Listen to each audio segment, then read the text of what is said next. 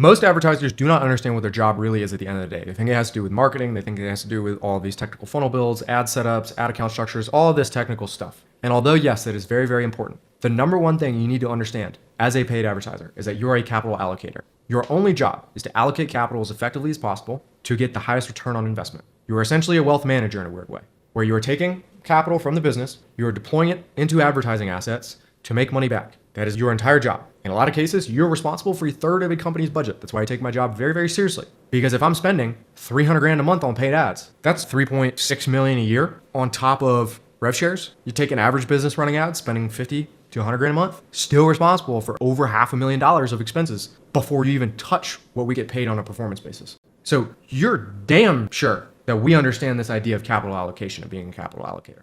And that's where I see so many people go wrong, is they have this ADHD mindset to marketing, and they don't think about it just like how a wealth manager would think about deploying capital into somebody's investments. Because that's what this is at the end of the day. What are the safest bets that I can take? And so this brings me to the first part of the video, is all that you're doing is you are saying, what are the safest bets that will equal the most money? That's it. Your job is to take bets. Inherently, you are a gambler, but your goal is to take the safest bets possible. I don't know what the worst hand is in poker. I think it's like a 7 and a 2. If I'm dealt a 7 and a 2 in poker and I go all in, I'm an idiot. I'm a shitty capital allocator. Whereas if I'm dealt pocket aces, I'm going to put a lot of money out. I'm going to spend way more money. I'm going to take bigger bets. I'm going to try to bully people a little bit because I have a lot more confidence in the options that I can take. The same is true of paid ads. You need to take the safest bets that reward you with the most money. And that's why advertising is so good, because again, this is a sophisticated form of gambling, but you're able to walk into the casino and count cards legally. That's what all the content on this channel is about, is helping you technically count cards with paid advertising. But if you don't understand that, and if you don't hedge the deck in your favor, you're just being an idiot. And you're taking bets, not necessarily safe ones. That's your job, to take safe bets. The way that we typically do this is we follow an 80, 20, or not 80, it depends, but 70, 20,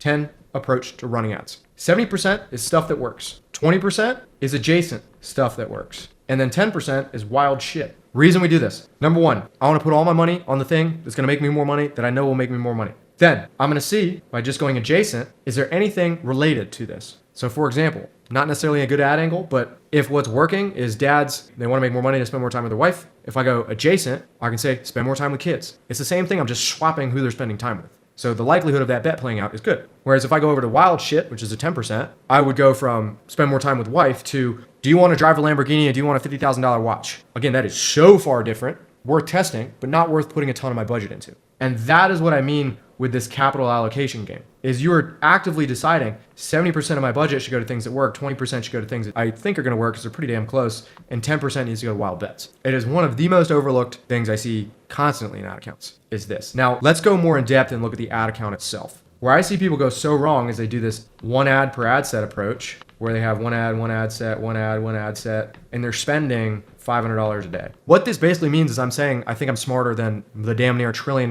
company that is Meta, and that I'm going to force my spend into these ads because I think that my likelihood of finding a winning ad is much better than Meta's. That's objectively stupid. Objectively stupid as fuck. Now, do I see people that run this account and they make money? Yeah. They're also spending $1 million a month on paid ads. What you should be doing is understanding that you're allocating capital and put all your ads under one ad set, because Meta is going to be a much better decision maker at choosing which one of these needs to get all the spend. Remember, your job is to make the safest bet that will get you the highest ROI. Your safest bet is to trust Facebook, especially at that lower level of spend. Because one of the things people don't talk about enough is your rate of feedback. How fast are my feedback loops inside of the organization? Am I putting $1 in and figuring out if it works in 20 seconds? Is it taking me 3 days? How much spend is it taking me? How much is it going to cost for me to get enough data to know what decisions need to be made? That's the frame that you need to take here, is how much money do I need to spend to get enough data to where I can confidently make a decision? If it's going to take me $1,000, but I'm forcing, what is that, like 175, 165 something to each of these ads a day, it's technically going to take me 5 days before I can justify a single change inside of the account. It's stupid. I'm better off saying, hey Meta, figure out which ad deserves all this money. If it's ad one, great. I get my feedback as to whether that's good or not in a day, rather than having to wait 3 or 4.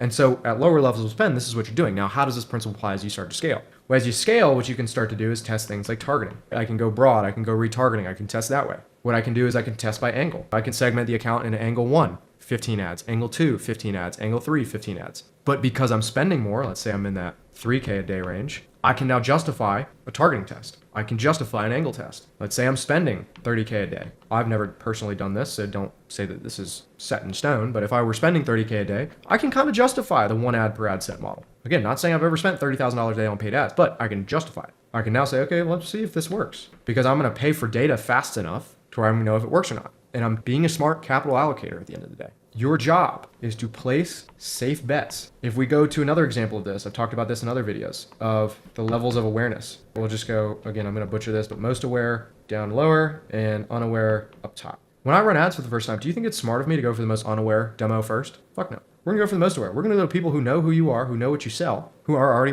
waiting to buy from you. Now, we may only be able to spend $200 a day in this demo, but might as well milk it, because now you're just going to make house money where you can test higher levels of awareness and you can start to move up. But again, what I'm doing is I'm placing the safe bet first. Always start with the safe bet first. It is the most important concept in this game. What is the safe bet? If I go from organic to paid, what was I running on organic? Was it a webinar? Was it a call funnel? Was it a low ticket to high ticket? What was it? Whatever I ran on organic, let me run it as paid. I see so many people say, oh, I'm running a DM funnel on organic. Let me go launch a call funnel on paid. If you have the money to blow, go for it. But if you're going to place a safe bet, put some spend behind it. Put some spend behind the DM funnel. Create some more house money that you can funnel into the call funnel or the webinar that you're launching. So it all depends. But again, your job is to place the safe bet first. You don't go saying, I'm going to find an ad that's going to be a winner that I can spend 10K a day on. I'm not going to do it. Literally 0 cents. 0 cents. And so this video is a shorter one, but I think it is an important concept that a lot of people overlook, is this idea of the fact that as an advertiser, you are a capital allocator.